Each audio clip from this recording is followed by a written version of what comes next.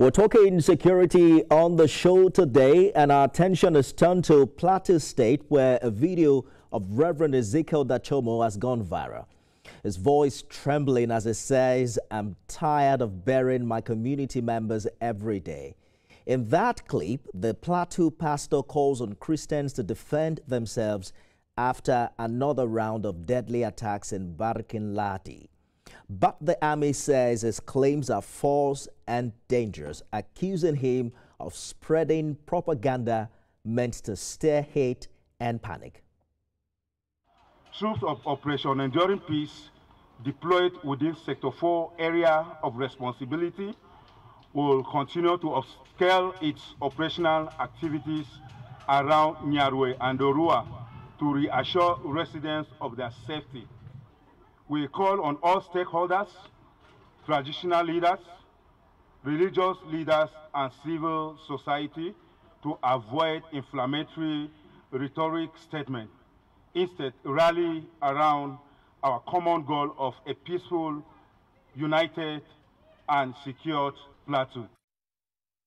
Thanks for joining us on the show today. The big question is what's really happening on the Plateau. Are Christians under coordinated attack, or are these recurring clashes being misrepresented as genocide? Recall that a senior advisor to President Donald Trump was in Nigeria recently.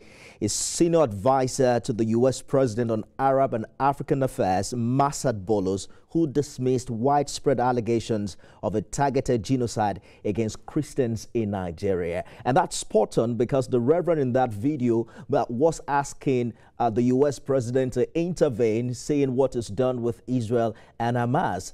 But why does peace remain so hard to find in one of Nigeria's most beautiful but blood-stained regions? We begin tonight with our senior correspondent Funom Joshua reporting from Plateau State. Then I'll speak with security expert Oyekachi Adekoya on what's driving the violence and what must change to stop it. This is Beyond the Headlines, everyone, and thank you for joining us. Let's begin with Funom. What more do you know about this latest attack and the claims of a military withdrawal? Thank you, Nifemi, for having me. You know, in Plateau State at the moment, when the residents are beginning to sleep with their two eyes closed, then we are seeing this unfortunate, happening at the moment. Very unfortunate. Residents around High Bank in Barkin Ladi local government, precisely on the 14th of October, woke up to a sad experience. The gunmen suspected to be Hadar militiamen invaded the community and gruesomely murdered about 11 people, including women and children. A very sad one in that community.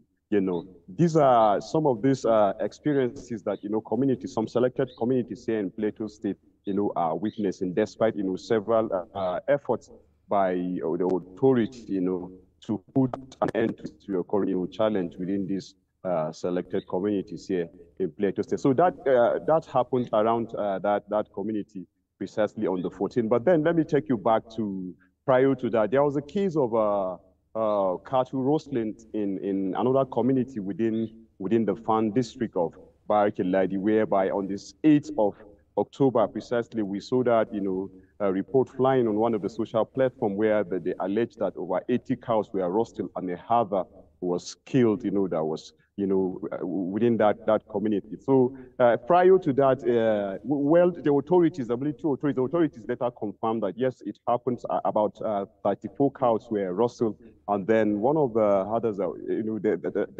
the militia, the Hadar that was out there rearing the cattle was also killed, at that incident. So in between that period of time, there was tension within Barkin Ladi. When you saw the clergy, Reverend Ezekiel Dachomo, coming to say that, prior to that, he said that they got an intel that there was going to be an attack in that community within the Barkin Ladi, and then he said, that was when he's calling for youth within that community to stand up and defend themselves. But then we saw the release from the military authorities also, countering that claim from the religious leader, saying this is not how it's supposed to be. If at all there is a situation like this, it's important to share the intelligence with the authorities. But then they counter that that scenario. And then the claim that the military, the withdrawal of the military, the army,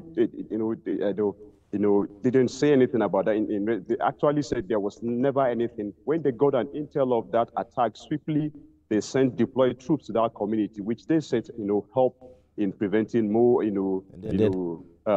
preventing the situation around that community. But then that claim, it's not really factual from the military authorities. Boy, you had the Reverend saying that he's tired of burying members every day. According to the army, they say his video is misleading and a propaganda. But what's the mood in the communities affected? What's the general mood among locals? Do they trust the security agencies?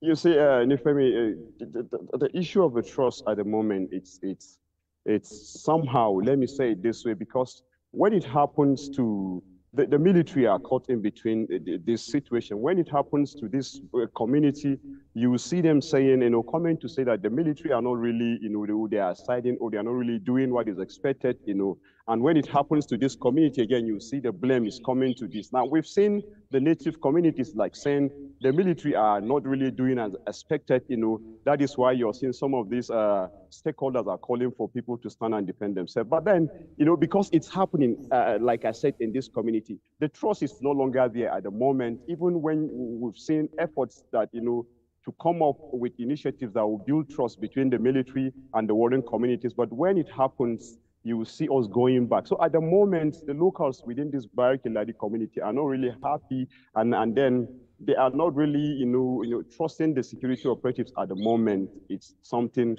they are not really doing at the moment. Phenom Joshua live for us. Just thank you for the update there. Let's bring in security expert Oyekachi Adekoya, who's also been monitoring this development very closely. Mr. Adekoya, you've followed Plateau's conflict for years. You've also seen these latest viral videos from Reverend Dachomo calling it a Christian genocide. How should Nigerians understand that? You consider it accurate or overstated? Nifemi, good evening to Nigerians, and thank you for the question. It's clearly you can see the Reverend is has experienced something that many Nigerians should not experience, and we can understand the difficulties of the people of the Plateau. So to unpack emotions is very difficult because sometimes we also have to be very nuanced when we talk about issues of national security. Nifemi, you know where I stand on these issues. The issues are, I mean, we're going from a whole range. We're going from a range of government-sponsored, the allegations of government-sponsored genocide against the people, to people on the ground not knowing whether there is a government or not, to another spectrum of a divide where we ask the question, should security at the subnational level be the responsibility of the federal government? And if you look at these states where you have the recurring issues of insecurity, as Kwara and Kogi has now begun to come again to the front burner, you will clearly see that it's a failure of leadership at the subnational level that is giving rise to these issues. Yes, there's problem in the Sahel. Yes, when we dimension the issue of Boko Haram, of ISWAP, ISIS, and SARO, and the madness, as it were, in the Sahel, we will clearly, want to lean towards the thinking that there's something bigger at play than the Nigerian states within the sub-Saharan African region. Yes, we will not shy away from those conversations. However, every sensible approach to security is local. And when you create space and place for crime and criminality to operate, then you give people like a bridgehead, from where they fan out and begin to destabilize the entire state. So I'm wondering if I can just jump in quickly, what you make of the position of the Nigerian army. They've accused Reverend Dachomo of spreading falsehoods. Could his warning reflect genuine frustration rather than propaganda? What do you think is really happening here? No, it's genuine frustration, genuine frustration. And the Nigerian army on its part is just doing what we call narrative management. because no federal government or no government, no country will fold his hand and say it's helpless or helpless. So, I mean, you expect the Nigerian army to try and manage the rhetoric and, you know, the language out there. So they are also sounding caution, because what lies on the other side is a complete resort to anarchy, where you feel like the instruments of states that retain the use of force can no longer maintain the peace. So people may go out to the street and resort to self-help.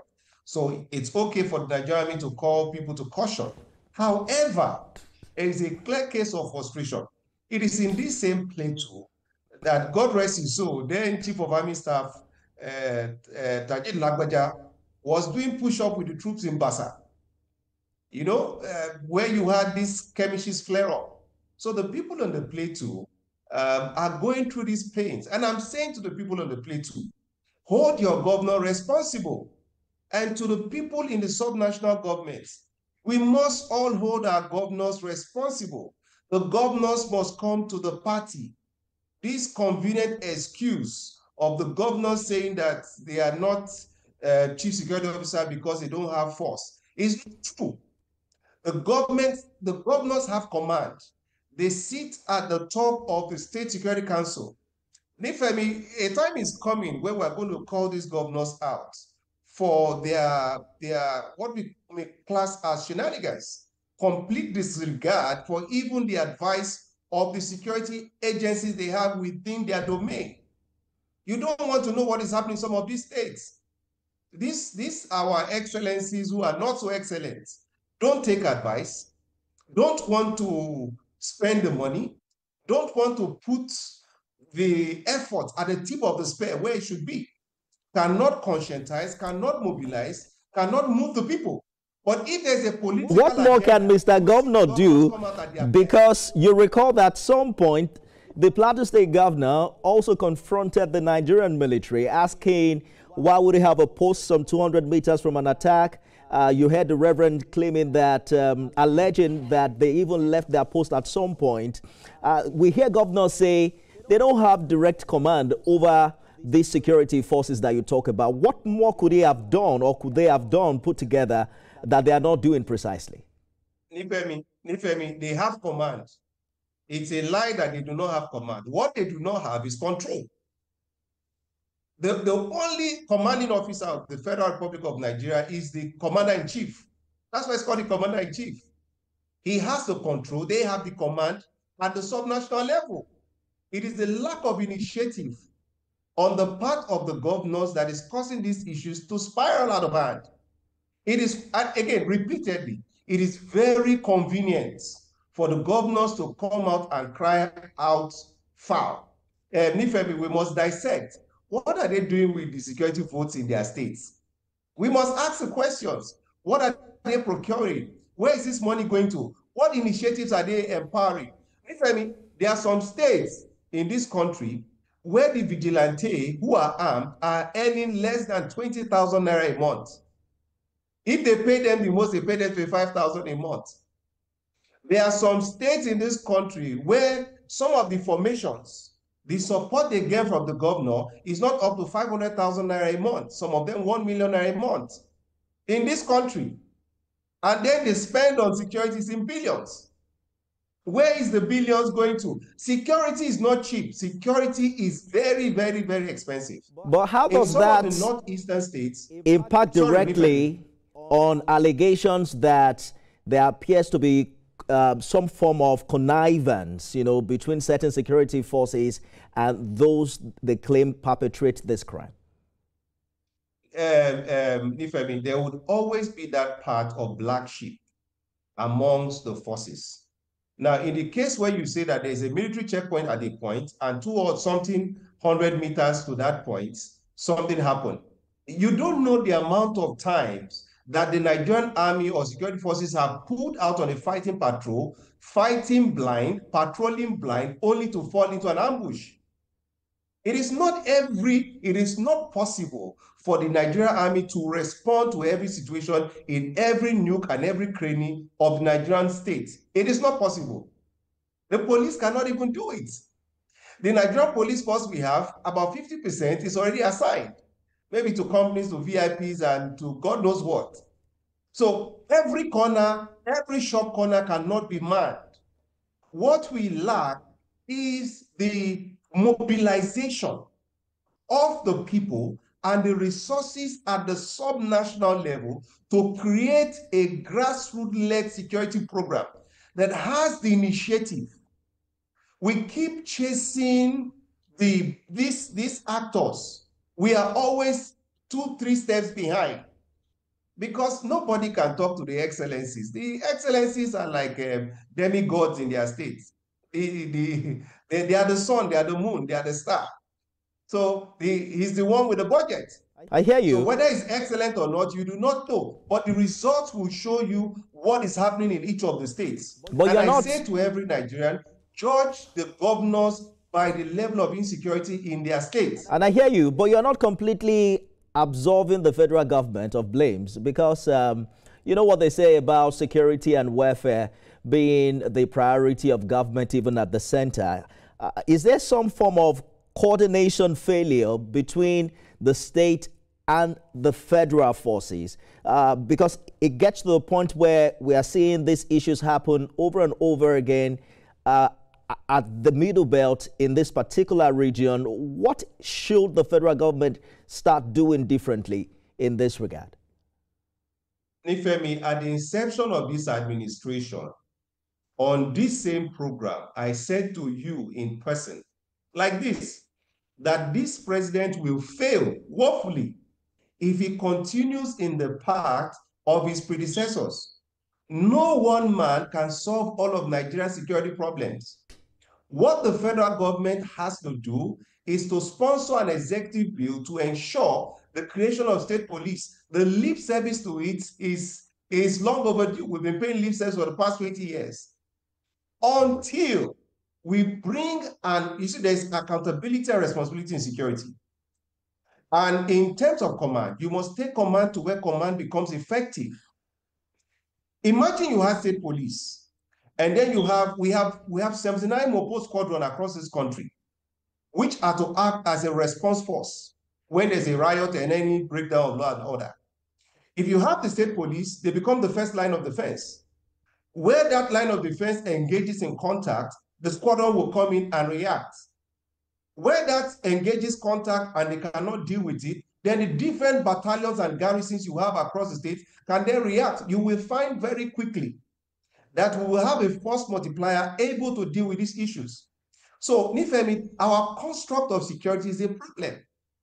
In Nigeria, you don't have enough policemen to do police job because the policemen are on private special duty. But we have a private security industry that employs over 1 million Nigerians. You can license them to carry arms. If you need arm protection, go and pay for it. Why do I pay my tax and I pay the policeman again to protect me? That's double jeopardy. So there's a lot of inefficiency in our national security construct. The design is faulty. The assumptions upon which we design our national security is a cake. This is no longer 1960. This is 2025. We are projected to outgrow America in the next how many years? So we cannot continue business as usual. And because, listen, Nifemi, we will always go from one case to another. And these cases give Americans like Ted Cruz the opportunity and the latitude to claim that there is government genocide, because from the outside, they cannot understand why a government cannot decisively deal with these issues if the government doesn't have a hand in it. And perhaps the government is complicit by ignorance, not by design. So we need to rework our national security framing. What we have is failing. It will continue to fail. You can't patch a completely broken structure. Let us speak to no patchwork will work. Let us speak to what should happen in the interim, because Reverend Achomo's call for self-defense has struck a nerve. You have talked about the dangers that come with that kind of community response. But what do you say to community members? You heard our correspondent earlier saying there's a trust deficit, between these community members and security forces. What do they do in the interim for individuals who feel like the security apparatus as it is currently constituted is compromised? Nifem, I'm struggling to hear you a bit. I'm asking Can you please repeat the question? Yes, I'm making reference to the Reverend's call for self-defense. You have highlighted the dangers that come with that. But what do these members of the community do in the interim, especially when they feel that the security infrastructure as it is compromised? Nifemi, this is not a call to anything, but when the members of the community are tired of insecurity as a problem in the state, they should go and hold the state governor responsible, mobilize the communities, go to the state capital and protest. And if you must, protest and remove the governor. Let the House of Reps. Let me give you an example. There's a board meeting where the MD came and told the members of the shareholders that he will not be able to share dividend. And then one old man said, and he gave his reasons because it was funding expansion. And the old man said it's fine. He understands with the MD because it's funding expansion. So he will move a motion that they should replace the MD and bring in an MD that can pay dividend. This is very simple. You run on a campaign to ensure peace and prosperity.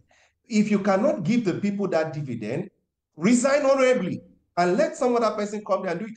Nifemi, security is not rocket science.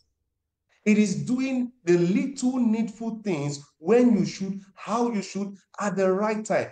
Security at a state level is about creating a program for public safety and public order.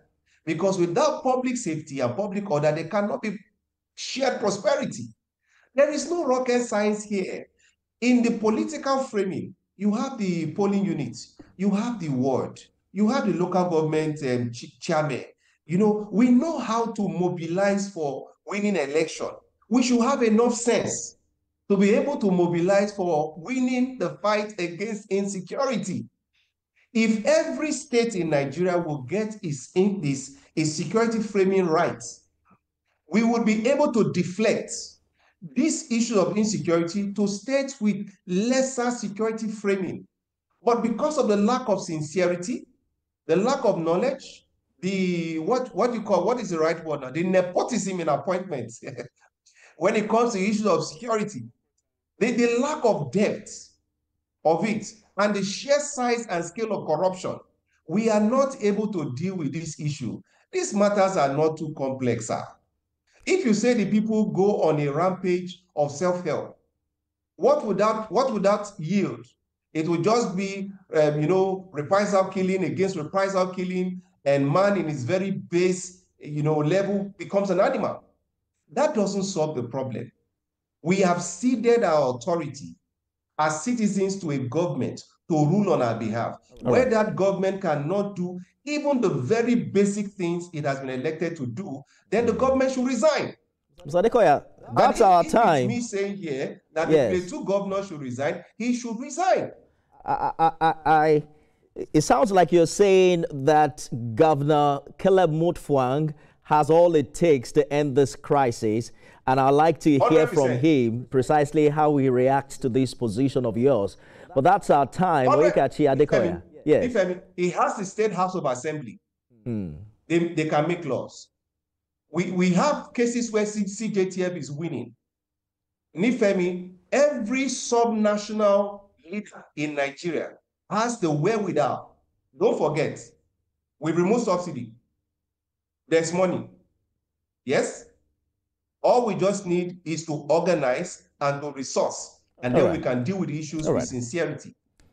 Adekoya, security expert, that's our time. Thank you so much for talking to us on the program this evening. Well, I'd like to hear, perhaps somebody can share this clip with Governor Mutfwang so we can get his response on this matter, and also perhaps his efforts in addressing the challenge. That's our show today, everyone. Thank you for being a part of it. You can watch it again at midnight and 6 a.m. tomorrow.